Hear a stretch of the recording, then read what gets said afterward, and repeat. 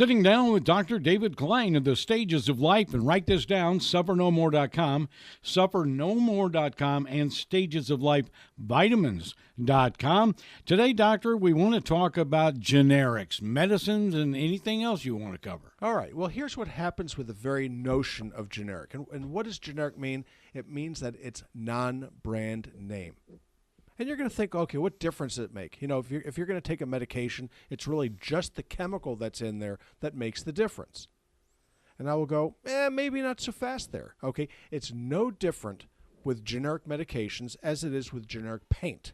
Okay, now you're going to think, well, you know, if I want to paint my house to sell it, you know, that's one thing. But if I want to paint my house to keep it, I'm going to put a higher quality paint, a better paint. Now, what does that better paint cost? It'll cost a few dollars more, sometimes a lot more. Well, why is it that the generic pigments cost a whole lot less than the brand name paints? You go out there and buy Pittsburgh paint, it's a heck of a lot more than the discount box store stuff because it's expected to last 5 to 10 years instead of one season here in Florida. It has to do with something called the other things. In other words, you're looking at the titanium white pigment that's in there. It's not all that's in a paint. You have elastomers, you have polymers, you have all manners of things that bind the paint to the wood or metal surfaces. When you're looking at medications, you have the same thing. They're called excipients. These are binders, these are dilots, they are coatings. These are things that hold the pill together or break the pill apart. The chemical itself is only one piece of this drug delivery system. When you have a brand name product, it's always the same. It has to be that way in order for the FDA to approve it. It will remain the same that way until they appeal to the company, or the company appeals to the FDA to make some kind of necessary change. Formulation changes do occur, but they occur fairly rarely. When you're looking at a generic, they're cheaper for a reason. It's called quality control. Okay, you're going to get something that's tested to contain plus or minus 15% of a particular medication. But there are no controls for the dilots, no controls for the excipients, no controls for the means and mechanisms of delivery. And this is the reason why.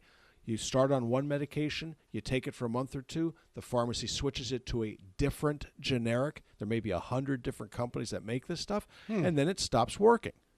Okay, now that is life. You know, if you want to pay for the brand name, that's fine. They can be very, very expensive relative to the generics, but you just need to understand why sometimes they work or they don't.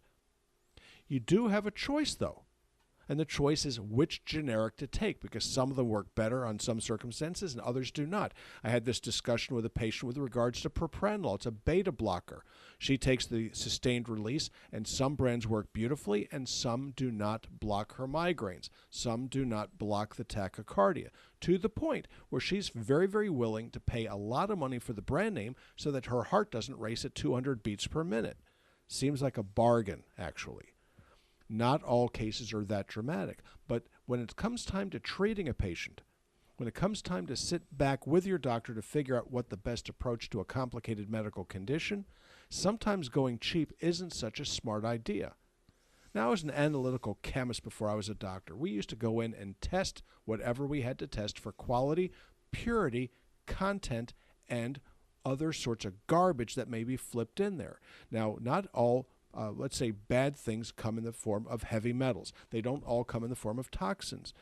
My favorite thing is yellow tartrazine dye. So if you end up with a pill that's yellow or orange, it may, or green for that matter, it may well contain yellow tartrazine. It causes allergies. Well, I'm allergic to that medicine, and then all of a sudden you can't use it anymore. And that was the fact with 50 milligram dilantins. They made people allergic. They would have allergic reactions, but when you gave them the 100 milligram white capsules, they didn't.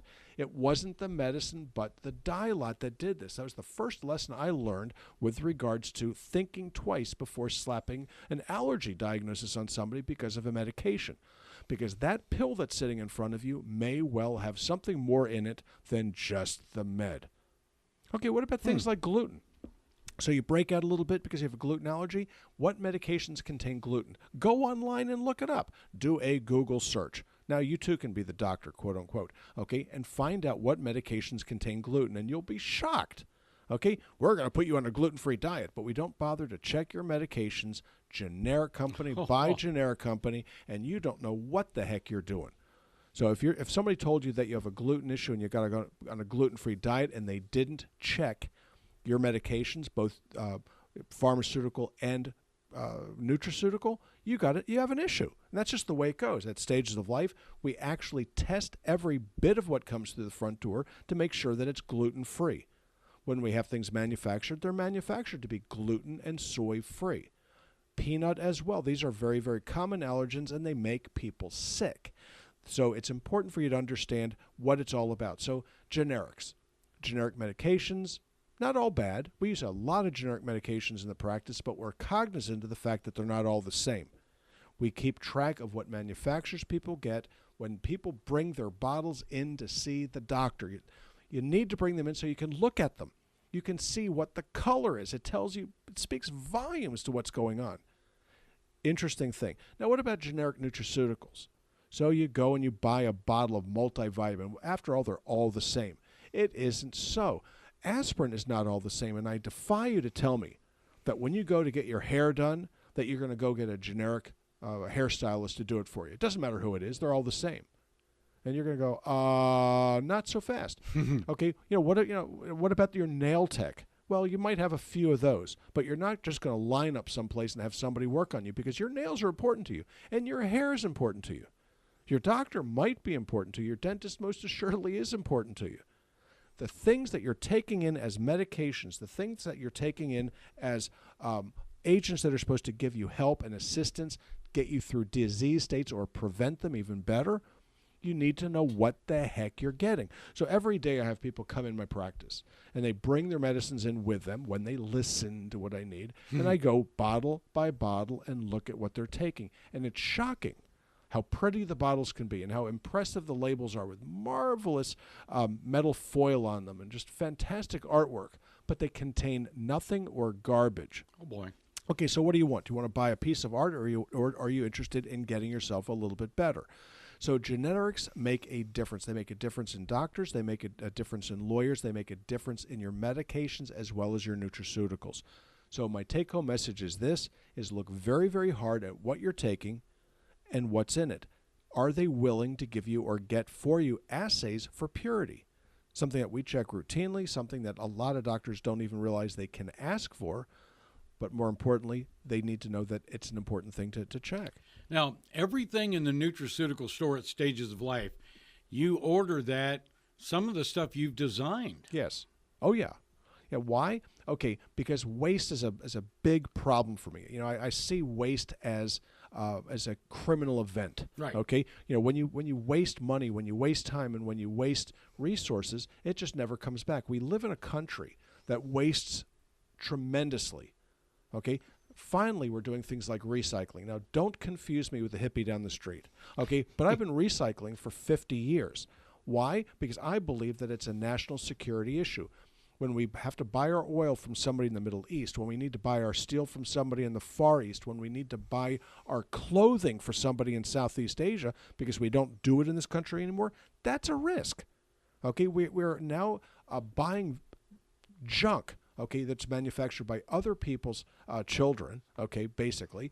And guess what? Okay, we're suffering as a result. No jobs in this country unless you want to work at Starbucks or McDonald's. It's a problem for our kids.